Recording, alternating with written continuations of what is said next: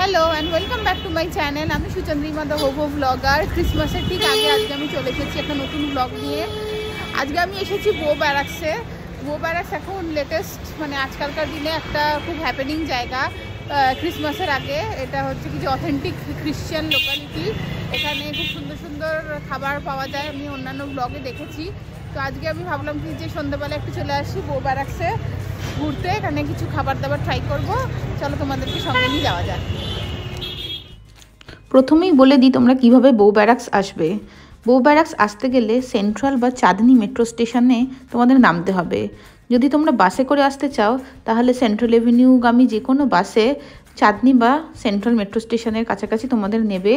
Bowbazar police স্টেশনের ঠিক পেছনে মিনিট তিনেক হেঁটে গেলেই তোমরা লাল তিনতলা বাড়ির চাতালে পৌঁছে যাবে, যেখানে বিখ্যাত বড়ুয়ার কেক বা কোনো ডিসিউজার তৈরি হাতের মোমো।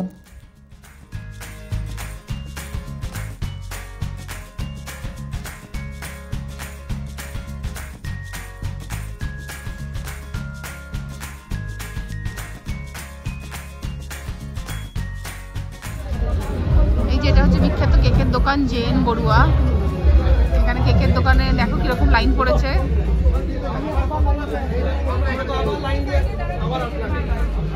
এখানে মেনু কার্ডটা তোমাদেরকে লেকচারটা দেখিয়ে দিই।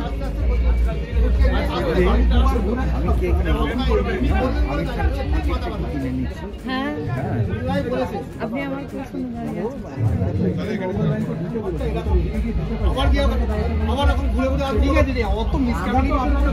সবাই পাবে লাইনে লাইনে লাইনে আমার বুঝতে পারছেন আর সব পাউন্ড। এখন এই বো ব্যারাক্স নিয়ে কয়েকটা কথা তোমাদের সাথে শেয়ার করি। বো ব্যারাক্স হলো সেন্ট্রাল কলকাতায় অবস্থিত অ্যাংলো ইন্ডিয়ান কমিউনিটির একটা ছোট্ট পাড়া বলতে পারো। শোনা যায় প্রথম বিশ্বযুদ্ধের সময় এই এলাকাতে সেনাবাহিনীদের বসবাস ছিল। এরপর যখন সেই সেনাবাহিনী কলকাতা ছেড়ে চলে যাচ্ছিল তখন এই প্রাচীন অ্যাংলো ইন্ডিয়ান কমিউনিটিকে তাদের এই পাড়াটা হ্যান্ডওভার করে দিয়েছিল। এরপর থেকে জেনারেশন আফটার জেনারেশন তারা এই পাড়াতেই বসবাস করতে থাকে। যদিও অনেকের ছেলেমেয়ে এখন কর্মসূত্রে দেশের বাইরে থাকেন। এই সবুজ জানলা এবং লাল দেওয়ালওয়ালা বয়সের ভারে নুইয়ে পড়া বাড়িগুলি এই বো ব্যারাক্সকে বাকি শহরের থেকে যেন একটু আলাদা করে রেখেছে। 23 ডিসেম্বর থেকে 1 জানুয়ারি পর্যন্ত এই প্রাচীন কলকাতার এক টুকরো অংশ এক মায়াময়ী আলোয় সেজে ওঠে এবং এখানে বসবাসকারী এই 132টি পরিবার নিজেদের সাধ্য মতন হরেক রকম খাবারের পসরা নিয়ে আসে আমাদের জন্য।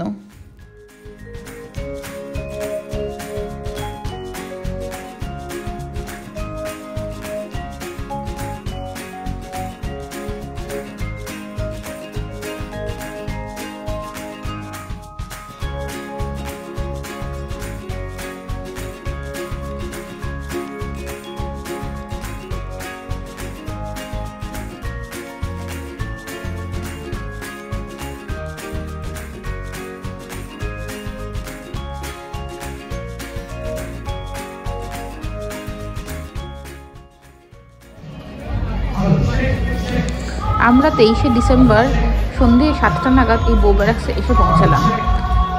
দেখো সামনে বড় স্টেজ করা রয়েছে যেখানে নাচ গানের ব্যবস্থা রয়েছে, আর সামনে প্রচুর লাল রঙের ফাইবারের চেয়ার পাতা রয়েছে যেখানে লোকাল লোকজন বসে এই সন্ধ্যেটা উপভোগ করছে।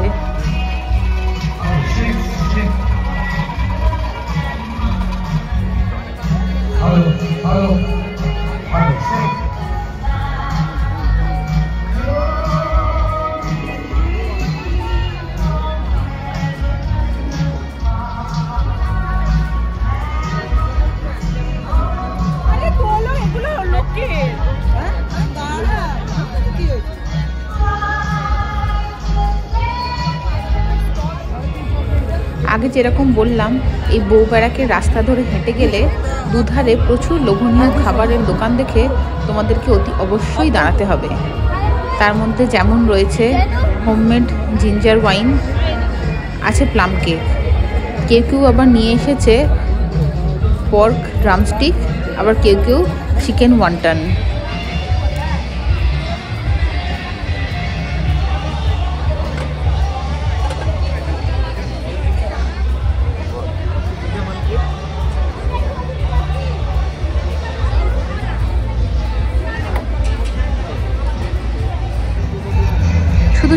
বা টিবেটিয়ান কুইজিনই নয়, এছাড়াও এখানে রয়েছে হরিয়ালি কাবাব, রেশমি কাবাব অথবা চিকেন তন্দুর।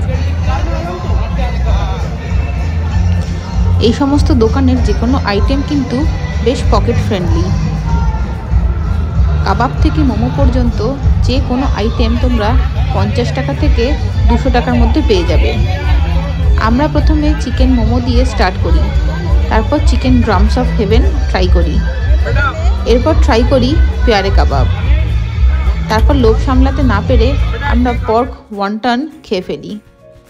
এরপর তো বাড়ি ফেরার পালা। যাই হোক, আজকের এই ব্লগটা যদি তোমাদের ভালো লেগে থাকে প্লিজ আমার channel Suchandrima the hobo blogger তোমরা সাবস্ক্রাইব করো। ব্লগটা ভালো লাগলে ব্লগটা লাইক করো আর বন্ধুদের সাথে আমার এই ব্লগের লিঙ্কটা একটু শেয়ার করে দাও। Thank you for watching Suchandrima the hobo blogger. খুব তাড়াতাড়ি আসছি নতুন কোনো ব্লগ নিয়ে। নতুন বছর তোমাদের খুব ভালো কাটুক, সুস্থভাবে তোমরা তোমাদের জীবন কাটাও। খুব তাড়াতাড়ি আসছি নতুন কোনো ব্লগ নিয়ে। ততক্ষণ দেখতে থাকো Suchandrima the hobo blogger. Tata.